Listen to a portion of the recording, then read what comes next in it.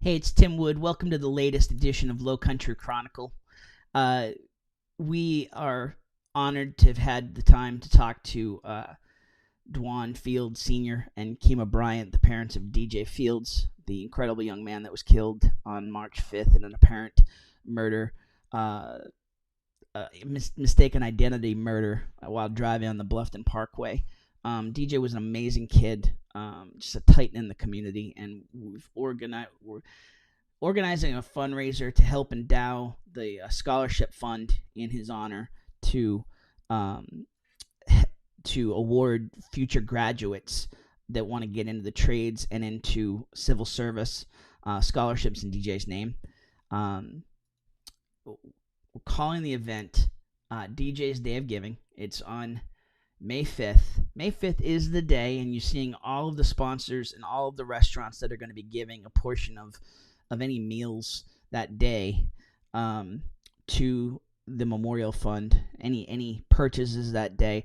The entire list, the entire breakdown of who's doing what is on djdayofgiving.com. And just so thankful to all those that have gotten involved.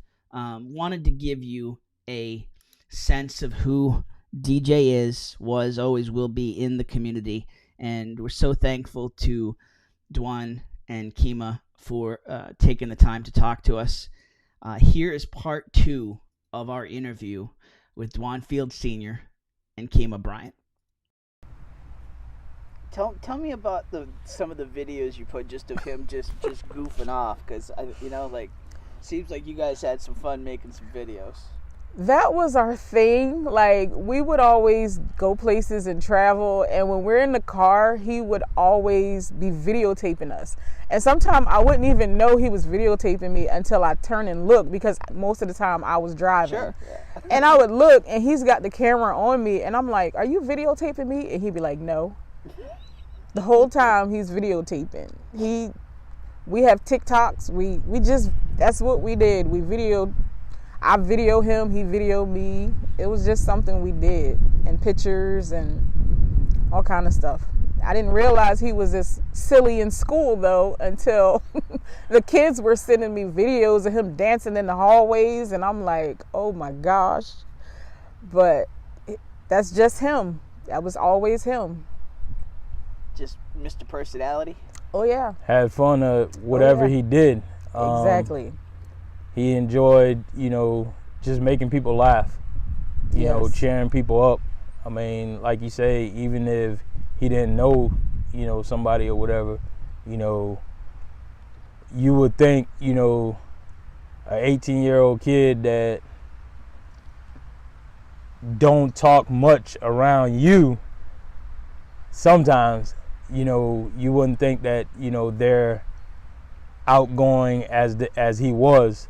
So he had fun at everything he did, and the circle of people he was around, you couldn't ask for a better circle.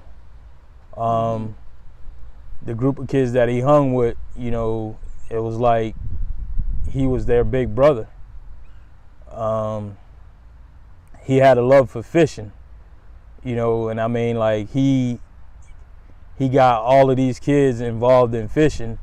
I would come home and drive past the pond, and there's probably about 6 or 7 of them out there fishing. Or my backyard, everybody's fishing. So you don't see that with kids a no, lot nowadays. But that's something that he got from his grandfather. Her father, taught him how to fish, so he had fun doing it. So I mean, he taught his friends how to fish. His friends, which meaning his brothers. Yeah. He taught all them how to fish. So I mean, they stole a couple of my rods. So I made him tell them, y'all got to go buy your own rods. So everybody had their own fishing rod, tackle box, but that's something that he's enjoyed doing. What was he catching? Everything. Yeah. Everything. We got a couple videos with, him fishing, just fishing, dancing around the pond, just having a great time. Yeah. What a kid's supposed to do. They just. I mean, it just like you said, Big Brother, and it He just was. you know, like I saw the text message that was posted with a friend, just out of the blue, hits her up and says, "I got you." Yeah. You know, like That was him. Even like with us, he did the same thing. If something was going on with us, he would be like, "What's wrong?" He always was that person that was trying to make sure you are okay. And like anytime I was sick and have to be home from work, which was rare, he would always, "Well, mommy, I got to stay and take care of you." I'm like, "Boy, if you don't go to school, you got to go to school. That's what you have to do." But he always wanted to make sure everybody was okay. He would check on me. He would text me from school. "You okay? You need anything? Do I need to come home?" And I'll be like, "DJ, pay attention in school, please. That's what you need to do." But he was always the person to look out for everybody. Didn't matter if he knew you well or not. He just was that person. Anybody could call him, like I said, for anything, and he would be there. I remember he was always that person, That basically. doctor. Yeah, he make everything he better. took care of my grandmother. Yeah. He would give her shot, you know, check her blood pressure, you know, check her sugar. Yep. You know, he was that kind of person. Mm-hmm. You know, He knew the signs to look out for if her sugar was dropping. He was that person. He could tell if something was wrong. He always knew. And it seemed like family wasn't just blood for him. It wasn't. It wasn't. He has friends that he met fourth grade, fifth grade. Fourth grade when he came over to Bluffton Elementary. Yeah, and they've been brothers ever since. He met a lot of people, which you know we struggle today with color, and he never saw color. You know, it's fortunate that, you know, some things happened back in January to him, but he never saw color. All he saw you as a person of equal that, you know, he got along with, had fun with, didn't mind helping. Mm-hmm. But it just the way he handled the stuff, even in January, it just like, yeah.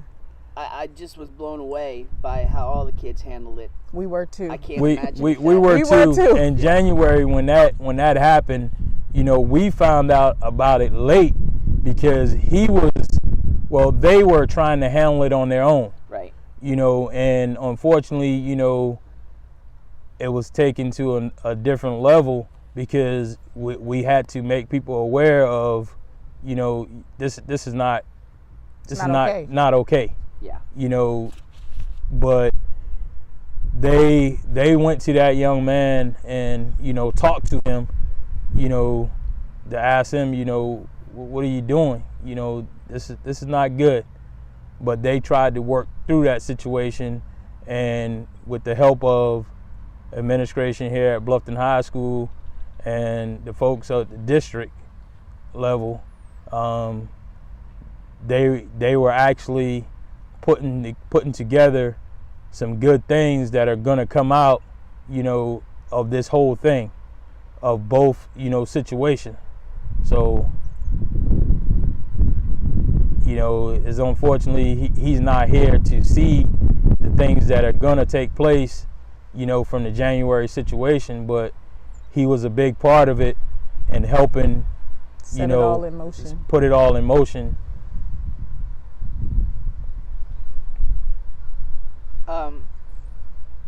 You guys have both been very I speak especially to you in terms of just you've been posting a lot on social media. People grieve in their own way, and but you've just been sharing. You good, bad, mostly good, some bad. Mm-hmm. But I mean, what does it mean to be able to share all that stuff and share those memories? Well, to me, that's what I did anyway. Like, I was always sharing pictures of me and him or what we're doing, and people would be like, y'all are always doing something. You always just posting pictures of him. You brag about him a little. I said, well, he's my only kid. He does good. Why not brag about him? So I did it in life, and I continue to do it in his death. I mean, there's nothing wrong with it from my end. yeah. I mean, you know, if that's what I'm feeling at the moment, I'm going to post it. Absolutely. People are always asking me, how are you doing? Okay, this is how I'm doing. This is how I'm feeling right now. That's how they check on me to see if I'm okay. They check my Facebook because they don't know what to say when they call me or text me. So they'll check my Facebook and they'll be like, or they'll send me messages through Facebook. And I'm grateful for it all. But like I said, at the moment, when I post, I'll post a funny video of him and then I'll post something sad. That's just how I'm feeling at the time. How do you break that ice with the foot? I mean, no one knows what to say. This is, you know, and we've been on both sides of this. I tell people, you know, just talk to me like you would talk to me in a normal day. Exactly. Start with hi. I didn't do a lot of posting or a lot of pictures. That wasn't me, but you know, I did a lot of talking. So, you know, he would hear me, you know, like, man, Daddy, you know, well, I gotta do this, I gotta do that. Yeah, we're gonna do this, and we're gonna do it today. So I didn't do a lot of, you know, posting, a lot of picture taking, but when we were together, we had a whole lot of fun. You know, from like, you know, past experience, like the draft on Thursday nights, you know, we would be lining up to say, okay, who we're gonna pick. You know, that's something that, you know, that we did, and Thursday night was horrible. It was great for our Philadelphia Eagles, but, you know, it was a rough time for me because, you know, that's something that, you know, we did together. Sports related, we did everything together. I mean, from our talks to our games, you know, to what we're going to plan to do it will never be the same. But I'm going to continue to do it, you know. Football practice starts this week coming up, and I'm going to be there. I mean, it's going to be bittersweet, but I'm going to make the best of it. He's going to be happy with Devontae, I think, right? He's going to be real happy with Devontae Smith. Oh, yeah. I was shocked. I mean, even though he's a Georgia man, but, you know, we got two Alabama guys, you know. One's calling the singles and one's going to go down the field and get it. I think it's going to be fun to watch. How do you feel about Bluffton? How do you feel about community? He loves his community. And I'm guessing that, you know, we're from here. You know, I've been born and raised here, and everybody knows him. Everybody knows me, so they know him. So, because all they say is, boy, you walk just like your daddy. You know, but that's the thing. Like, you know, when he came to Bluffton High, like, you know, all the teachers know him because I worked here for 6 years before I went over to the middle school. And so, like, you know, he would always say, man, Daddy, I can't get away with nothing. Or, you know, because everybody knew him. But, you know, Dang, coach's son. But the community, you know, he loved this community because, you know, he saw it growing, you know, in the way that he did. And when he started working, he started to meet more people. You know, even if you're not from Bluffton, you know, it was like, you know, you walked into Kilwins, or you walked into Crocs, or you walked into Domino's, you know, it's like, that's Dwon son. Boy, you look just like your daddy, or you look like your mama. You know, so everybody knew who he was, so, you know, he loved this community. He worked at Crocs too. I didn't know that. Yes, he did. Right. He did. Is he a Crocs fan? Oh my God. Huge Crocs fan. Okay, that's all I wear. So I was looking at you. I'll tell you what, there was a new pair of Crocs just about every other day. And so I would always ask him, like, man, why are you buying all these Crocs? He's like, Daddy, you know how much I paid for this? Mm-hmm. So, you know, he was a huge Croc fan. Yeah. We have the stock to prove it. Yes, there's a lot of Crocs in the house. Between the two, there's a lot of Crocs. To get into the gibbet thing too? Yes, yeah. Gibbets everywhere. Everywhere. Some of them, I didn't even know what it mean. Like, he had a pair, both of my parents are deceased, but he had a pair with both of their birthdays on his Crocs. So he was walking around. I was like, what is that? And he was like, look at it. And I'm like, I don't get it. He was like, it's Grandma and Pop-Pop's birthday. And I looked at it and I was like, wow. So he was into the gibbets. Like, every pair of Crocs had something on them. Darth Vader, football, his name, his football number, everything. Every pair had something on them.